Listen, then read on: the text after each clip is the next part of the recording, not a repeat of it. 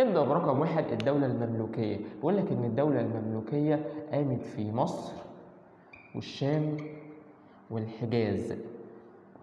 بس كده؟ قال لك لأ، وجزء من ساحل أفريقيا الشرقي المطل على البحر الأحمر.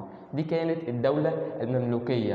بيقول لك إن الدولة المملوكية مرت بعدة أزمات سياسية وأزمات اقتصادية.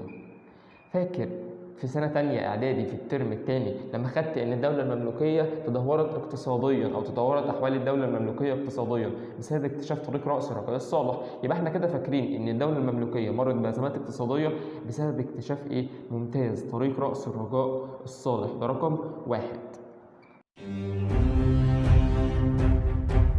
رقم 2 بيقول لك إيه؟ تحطيم الأسطول المملوكي في معركة ديو البحرية.